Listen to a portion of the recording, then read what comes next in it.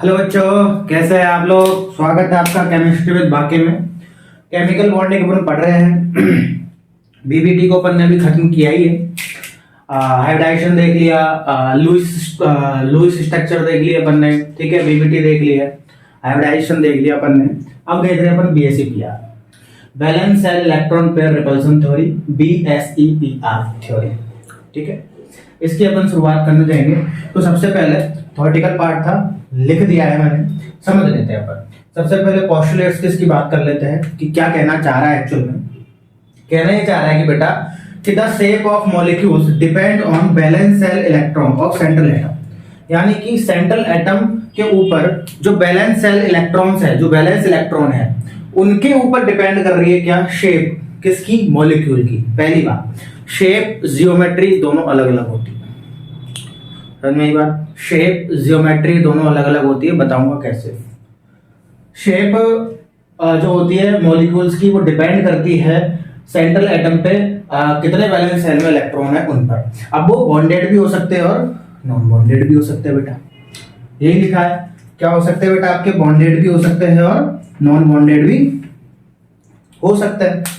अब बॉन्डेड और non bonded है तो क्या है कि the bonded electron pair and non bonded electron pair will repel each other. एक दूसरे को तो रिपेल करेंगे, सिंपल सी बात है भाई। बॉन्डेड और नॉन बॉन्डेड दोनों एक दूसरे को करेंगे, रिपेल करेंगे, since there electron cloud is negatively charge. क्योंकि इनका जो इलेक्ट्रॉन्स होते हैं बॉन्डेड में और नॉन बॉन्डेड में, वो क्या होते हैं आपके, नेगेटिवली चार्ज होते हैं। तो इसलिए एक दूसरे को तो क्या करेंगे बेटा, वो रिपेल करेंगे ही करेंगे। अब अगर वो दूसरे, अगर अब बॉन्ड पेयर और नॉन बॉन्डेड और जो बॉन्डेड इलेक्ट्रॉन्स है वो किस कंडीशन में होने चाहिए कि एक दूसरे को रिपेल कम से कम करे, या तो मैक्सिमम डिस्टेंस पर हो, यही होगा। तो वही चीज अपन में लिख रखी है कि bonded and non bonded electrons pairs will be present at maximum distance. अगर मैक्सिमम डिस्टेंस पर होंगे तो उनके पास में मिनिमम रिपल्सन मिलेगा अपन को। भाई दो इलेक्ट्रॉन्स है, अगर वो इस डिस्टेंस पर है तो रिपल्सन बहुत ज्यादा है इनके बीच में, और अगर ये इस डिस्टेंस पर है तो मैक्सिमम डिस्टेंस है दोनों के बीच में, और रिपल्सन भी एकदम लगभग खत्म, जीरो ही। तो इस चीज को यहाँ पर कह रहा है। अब रिपल्सन की बेटा बात हुई है तो अपन देख लेते हैं कि किस किस के बीच में कौन कौन सा रिपल्सन होता है। और ये ऑर्डर अपन को याद रखना है, सीधे एग्जाम्स में उठ के भी आ जाता है, ठीक है। ऑर्डर है, सबसे क्या होता है कि लोन पेयर में सबसे ज्यादा रिपल्सन होता है। फिर lone pair single bond pair में, ये बॉन्ड पेयर नहीं है, सिंगल बॉन्ड पेयर है। भाई एक तो बॉन्ड पेयर होता है आपका ये सिंगल बॉन्ड से जुड़ा हुआ, एक होता है आपका ये डबल बॉन्ड पेयर। तो सिंगल बॉन्ड पेयर और डबल बॉन्ड पेयर ऐसे भी होते हैं रिपल्सन। तो देखो लोन पेयर इसके बीच में सबसे ज्यादा रिपल्सन, फिर लोन पेयर और सिंगल बॉन्ड के बीच में, फिर सिंगल बॉन्ड पेयर और सिंगल बॉन्ड पेयर के बीच में। तो ये क्या है आपका ऑर्डर है। नेक्स्ट अगर देखूं तो लोन पेयर और सिंगल बॉन्ड पेयर, ये जो वाला रिपल्सन है ये लगभग किसके बराबर होता है, डबल बॉन्ड पेयर और सिंगल बॉन्ड पेयर के बीच के रिपल्सन के बराबर होता है। अभी सब गुड़ गोबर बराबर सांधी हो रही होगी, अभी सांधी को अपन सही करेंगे एग्जांपल्स के थ्रू। किसान क्या कहना चाह रहा है, आपने तो bond pair single double single जाने क्या कर दिया, ठीक है। इसको देख लो, क्योंकि देखो बॉन्ड पेयर और बॉन्ड पेयर ऐसा नहीं है कि लोन पेयर के बीच में या लोन पेयर बॉन्ड पेयर के बीच में ही रिपल्सन होता है, बॉन्ड पेयर के बीच में भी रिपल्सन होता है। तो वो कौन सा बॉन्ड पेयर है, वो है डबल बॉन्ड पेयर। इन दोनों के बीच में सबसे ज्यादा रिपल्सन होएगा, यानी कि सबसे ज्यादा रिपल्सन अगर मैं बात करूं तो डबल बॉन्ड पेयर के बीच में होगा, फिर डबल बॉन्ड और सिंगल बॉन्ड के बीच में होगा, फिर सिंगल बॉन्ड पेयर और सिंगल बॉन्ड पेयर के बीच में होगा। तो इस तरीके से क्या चलते हैं बेटा आपके रिपल्सन चलते, ठीक है। इतना अपन याद रखो। अब ये जो सांधी हुई है इतने से सेक्शन में, इसको अपन क्या करेंगे, समेटेंगे भी एग्जांपल्स के थ्रू, तब समझ में आएगा अपन को कि क्या सीन चल रहा है, ठीक है। अच्छे से नोट करो, बीएसईपीआर अपनी स्टार्ट हो चुकी है, बढ़िया तरीके से इसको नोट करो। हाँ तो बेटा अब अपन बात कर लेते हैं मॉलिक्यूल्स की जियोमेट्री के बारे में।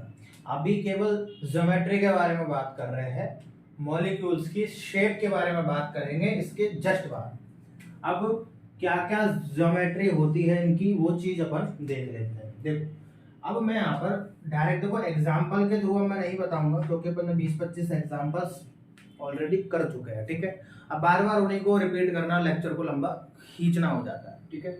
समझ में आपके आ गई होगी कि कैसे आपको हाइब्रिडाइजेशन निकालना है, ठीक है।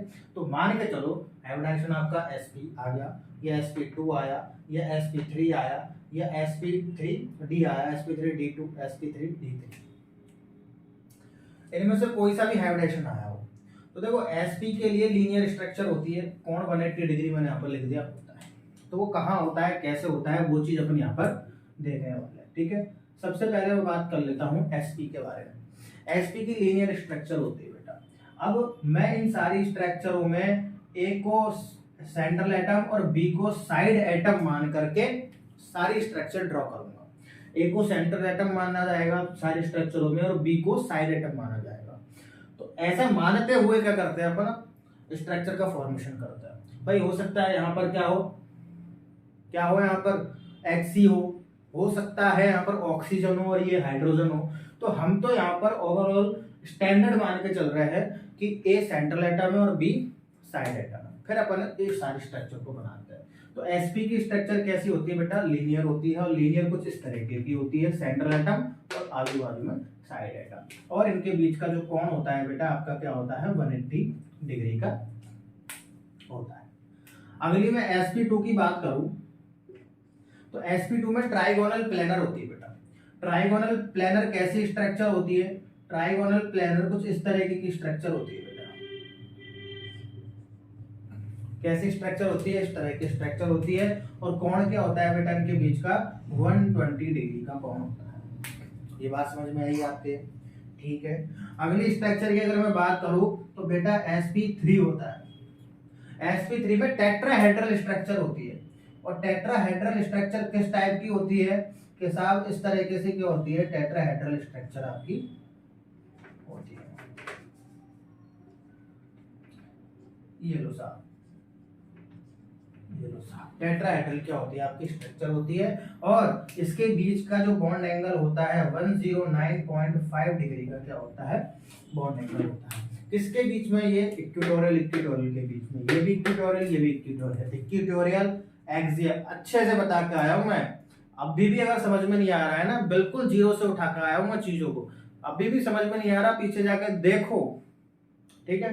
क्योंकि यहाँ पर एक्सियल इक्वेटोरियल में काम पड़ेगा, टीबीपी में है, ऑक्टाहेड्रल में है, पीवीपी में है, कि किस तरीके से एक्सियल इक्वेटोरियल चल रहा है, ठीक है। इसको नोट करो फटाफट, पॉज किया, नोट किया, ओके।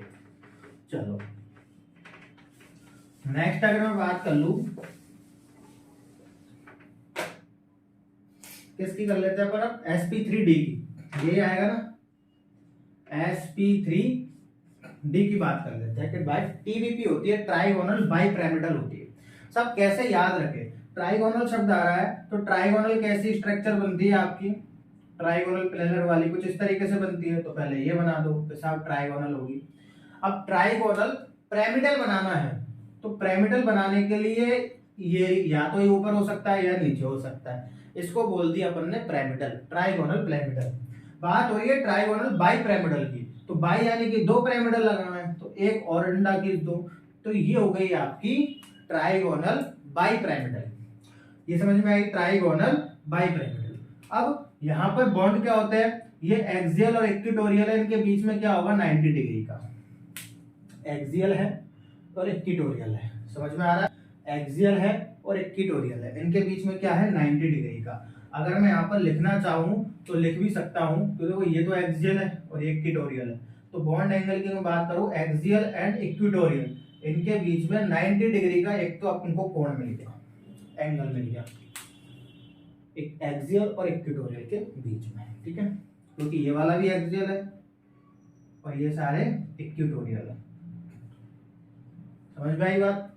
अब और कौन सा कोण होता है कि साहब ये एक्सियल और एक्सियल, जैसे कि ट्राइगोनल में, ट्राइगोनल प्लेनर में होता था 120 डिग्री का, ये मिल गया, एक ये मिल गया, तो ये भाई साहब एक्सियल सॉरी इक्वेटोरियल, और इक्वेटोरियल के बीच में किसका कोण है आपका 120 डिग्री का कोण है। इतनी सी बात क्लियर है।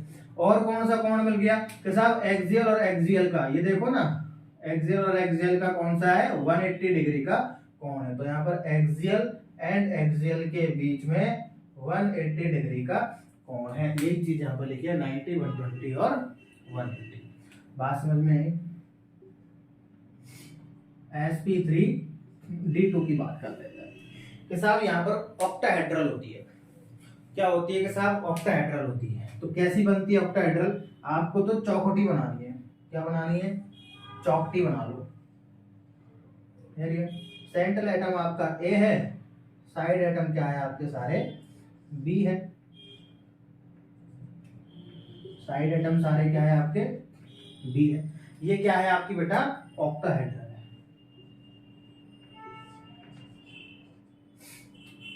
समझ में आई बात?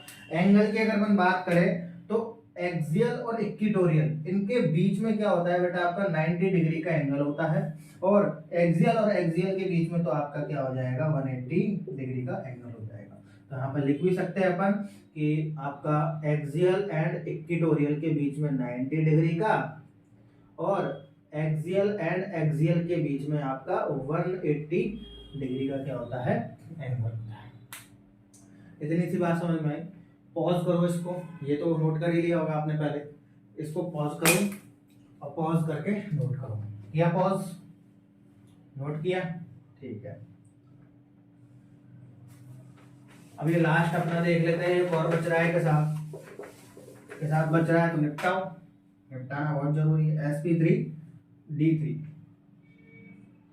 sp3d3 क्या होती है आपकी? pbp, pentagonal bipyramidal. अब सबसे पहले आप पेंटागोनल बना लो कि साहब पेंटागोनल क्या होती है? ए को एक्सियल मानते हुए और बी को साइड एटम मानते हुए। ठीक है? कि साहब पेंटागोनल कैसी होती है?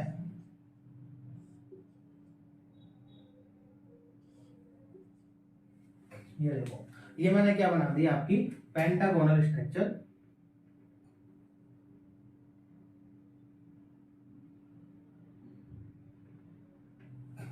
क्या बना ली मैंने आपकी? ये पेंटागोनल बना दी। ये थोड़ी सी डिस्टर्ब होके लाए।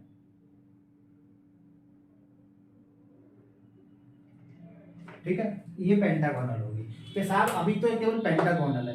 पिरामिडल बनानी है। कितनी? बाई। 2 पिरामिडल लगाना है तो लगा दो। बाई पिरामिडल बनानी है तो एक तो क्या होता है आपका? यहां निकलता है और एक क्या निकलता है आपका? यहां निकलता है। अब देखो यहाँ पर थोड़ी सी एंगल के बीच में ध्यान देने वाली बात है बेटा। क्या ध्यान देने वाली बात है आपके एंगल के बीच में? कि ये जो आपका 72 का होता है ना एंगल, ये जो आपका एंगल है 72 का, ये एंगल देखो, एक तो आपका ये इक्विटोरियल और इक्विटोरियल इनके बीच में क्या होता है आपका? एक तो 90 डिग्री का। सबसे पहला इन दोनों के बीच कितना है? 72 डिग्री का। और 180 जो है ये और ये वाला और ये वाला, इन दोनों के बीच का क्या है आपका? 180 डिग्री का एंगल। ठीक है? तो यहां पर आपके लिए बात समझ में आई। अब मैं यहां पर क्या लिख सकता हूं कि साहब आपका ये इक्विटोरियल है, तो ये इक्विटोरियल और ये वाला इक्विटोरियल, तो इक्विटोरियल एंड इक्विटोरियल के बीच में 90 डिग्री का कोण है। यहाँ पे आपका एक्सियल और इक्विटोरियल के बीच में 72 डिग्री का कोण है। एक्सियल, ये वाली एक्सियल और ये वाली इक्विटोरियल के बीच में 72 का है। ये एक्सियल और ये एक्सियल, ये एक्सियल और ये एक्सियल के बीच में क्या है आपका? 180 डिग्री का कोण है। ये चीज आपको समझ में आई? ये आपकी क्या है बेटा? सारे मॉलिक्यूल्स की ज्योमेट्री है। इसको बोलते हैं ज्योमेट्री जो स्ट्रक्चर्स है। अब अपन शेप पर रहेंगे, इसको पूरा नोट कर लो अच्छे से।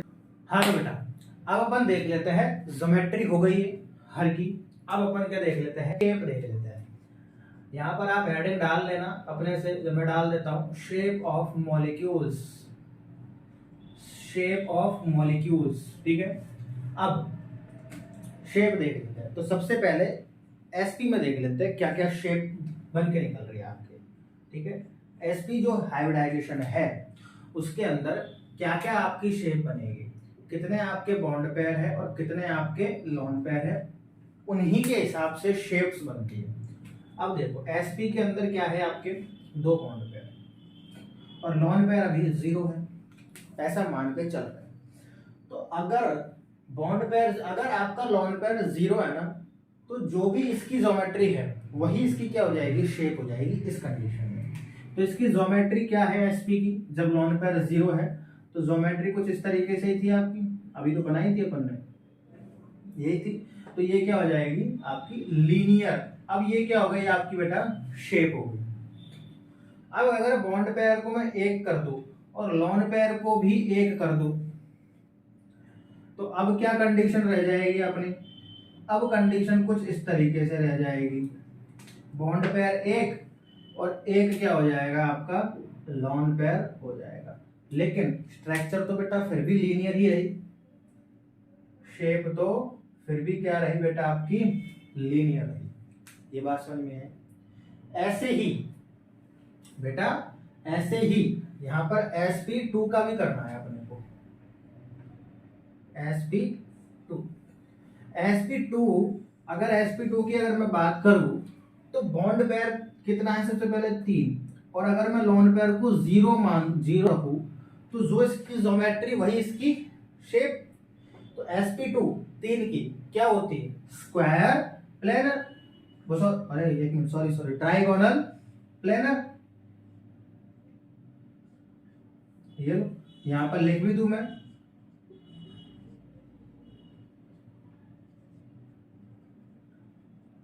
ट्राइगोनल प्लेनर, यही होगी।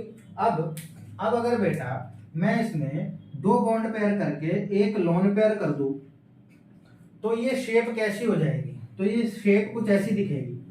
तो ये शेप कुछ ऐसी दिखेगी बेटा। यहां पर मैंने 1 बॉन्ड पेयर को हटा दिया, उसकी जगह 1 लोन पेयर लगा दिया, तो ये शेप कैसी दिख रही है मेरे को, या तो भैया कि वी शेप है, या तो क्या है ये वी शेप, या फिर ये क्या है बेटा एंगुलर शेप, या तो ये वी है या फिर ये क्या है एक एंगुलर है। यही बात समझ में आई अपने को, ठीक है। तो ये तो बात हुई आपकी एसपी की और sp2 की। इसको पॉज करो, पहले तो किया पॉज, अच्छे से इसको नोट करो, फिर अपन आगे बढ़ते हैं, ठीक है। अब मैं मान लिया कि मैंने पॉज कर लिया और नोट कर लिया, तो अब अपन क्या करते हैं, आगे बढ़ते हैं, ठीक है साहब। sp2 की sp की हो गई, sp2 की हो गई। अब अपन देख लेते हैं sp3 sp3 की अगर मैं बात करूं तो सबसे पहले 4 बॉन्ड पेयर और 0 लोन पेयर हो तो क्या होती है इसकी ज्योमेट्री। अगर लोन पेयर 0 है तो जो इसकी ज्योमेट्री है वही इसकी क्या होगी, शेप। और ज्योमेट्री क्या है इसकी,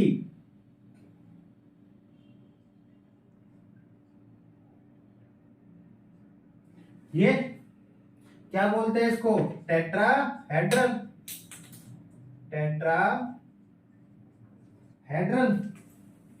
यही बोलते हैं, ठीक है साहब। तो अब अगर मैं इसका बॉन्ड पेयर को कर दूं 3 और लोन पेयर को कर दूं 1, तो इसमें से अपन को 1 बॉन्ड पेयर हटाना है। कैसे हटाएंगे,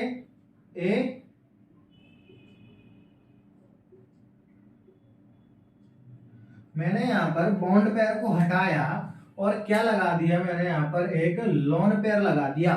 तो ये शेप दिखने में कैसी लग रही है कि साहब, मेरे को तो ये शेप दिखने में कैसी लग रही है, पिरामिडल। कैसी लग रही है, पिरामिडल। तो साहब बिल्कुल सही है, पिरामिडल शेप यहां पर आपकी बन जाती है, ठीक है। दूसरी अगर मैं बात करूं यहां पर, अगर इसको अपन 2 कर दे और इसको भी क्या कर दे बेटा 2, इसको 2 कर दे और इसको भी क्या कर दे बेटा 2 कर दे, तो यहां पर आपकी स्ट्रक्चर किस तरीके की बन जाएगी, स्ट्रक्चर आपकी बन जाएगी बेटा फिर आपकी ये, यहां पर क्या आ जाएंगे, दोनों आपके लोन पेयर आ जाएंगे और शेप क्या हो गई आपकी, ये वी शेप हो गई। बात समझ में आई। इसको पॉज करो, इसको नोट करो, किया नोट, ठीक है। ये यहां पर अपनी की sp3 की बात खत्म हुई। अरे भैया तुम्हारे समझ में तो आ रहा है ना, कि और कैसे समझाऊं बताओ, कितना इजी करके ला दिया यार, और कितना इजी करूं मैं। देखो यार, इससे ज्यादा इजी तो नहीं हो पाएगा, शायद मैं क्या कोई भी क्या ही कर पाएगा यार, सिंपल सिंपल सा चीज़ें बता रहा हूँ मैं। लोन पर हटाना है, ये हटाना है, अब तक बहुत बेसिक्स से उठाते हुए आ रहे हूँ। वो बेसिक्स मैंने किस लिए पढ़ाए थे आपको, ताकि आपको आगे दिक्कत ना आए। अगर आपको अब दिक्कत आ रही है तो इसका मतलब आपने स्टार्टिंग से वीडियो देखी ही नहीं है, ठीक है। जहाँ से वीडियो को मैं लेकर आया हूँ इस चैप्टर को, वहाँ से आप देखना शुरू करो, तब यहाँ पर आओगे तो आपको चीज़ें बहुत आसान लगना स्टार्ट हो जाएगी। यार ये तो बहुत ज़्यादा ईजी है, वाकई में है ईजी, ठीक है। अगली बात sp3d की कर लेते हैं। कितने होते हैं? 3, 4 और 5। 5 और 0 की बात कर, अगर लोन पेयर 0 है तो जो इसकी ज्योमेट्री है वही इसकी क्या हो जाएगी? शेप हो जाएगी। तो साहब ज्योमेट्री क्या है इसकी sp3d की? टीवीपी, और टीवीपी ये लो, ट्राइगोनल बाइपिरामिडल ही तो है साहब, ये लो। तो मैंने ये क्या बना दिया आपकी टीबीपी, ट्राइगोनल बाइपिरामिडल, आप लिख लेना, कोई दिक्कत? ये बात समझ में आई? अच्छा ये लो भैया, यहाँ पर ये लोग वही बोल देगा कि भैया आपने तो सेंट्रल एटम और साइड एटम ही नहीं लगाए, तो ये लो साहब वो भी लगा लो। अब मैं इसको अगर बेटा 4 कर दूं और इसको कर दूं 1, इसको 4 कर दूं और इसको क्या कर दूं बेटा 1 कर दूं, ठीक है। तो यहां पर क्या हो जाएगी ये कंडीशन, यहां पर कंडीशन कुछ इस तरीके से बदल जाएगी।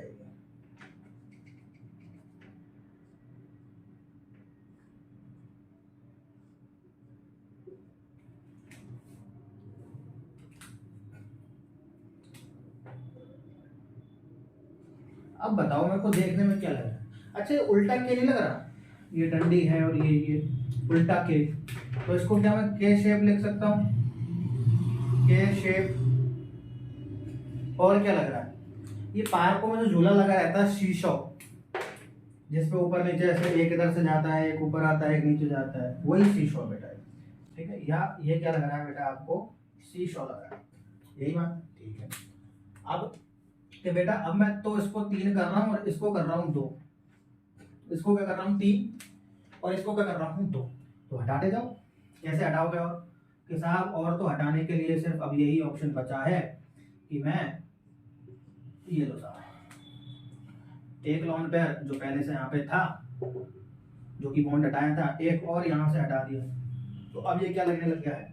ये लगने लग गया है बेटा टी शेप। क्या लगने लग गया? ये टी शेप लगने लग गया, ठीक है साहब। तो साहब और कार्यस्थानी कर लो, और क्या करोगे? इसको 2 कर दो, इसको 3 कर दो, अब शेप बना के बताओ। तो अब तो शेप बनाने के लिए कुछ रही नहीं है, अब तो सीधा सीधा सा यही फंडा हो गया। अब ये जो एक बॉन्ड बचा है इक्वेटोरियल पे, इसको और हटा दो।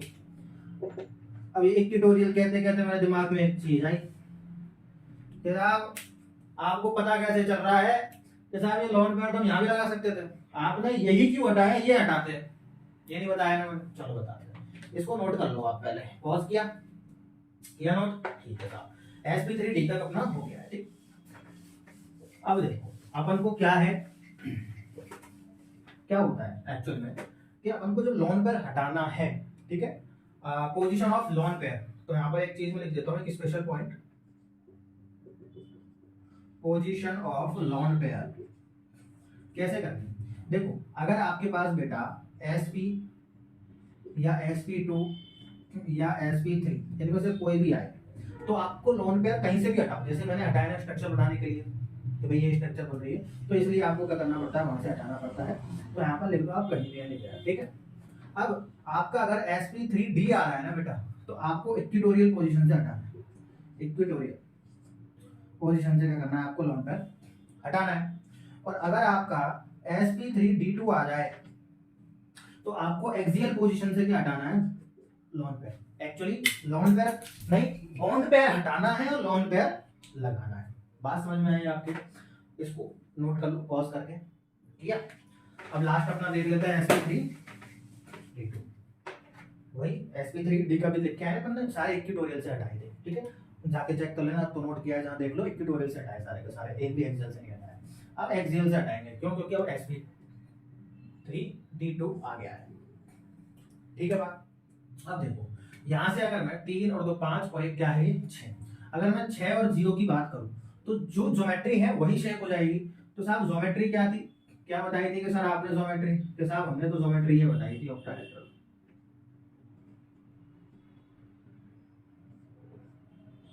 ये लो साहब, ज्योमेट्री क्या बताई थी हमने तो के साहब ऑक्टाहेड्रल बताई थी, ऑक्टाहेड्रल।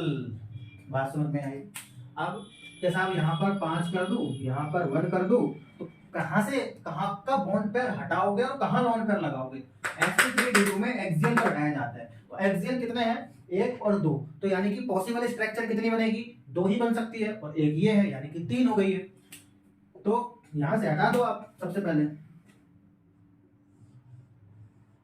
तो ज्यादा बड़ा बन जाएगा।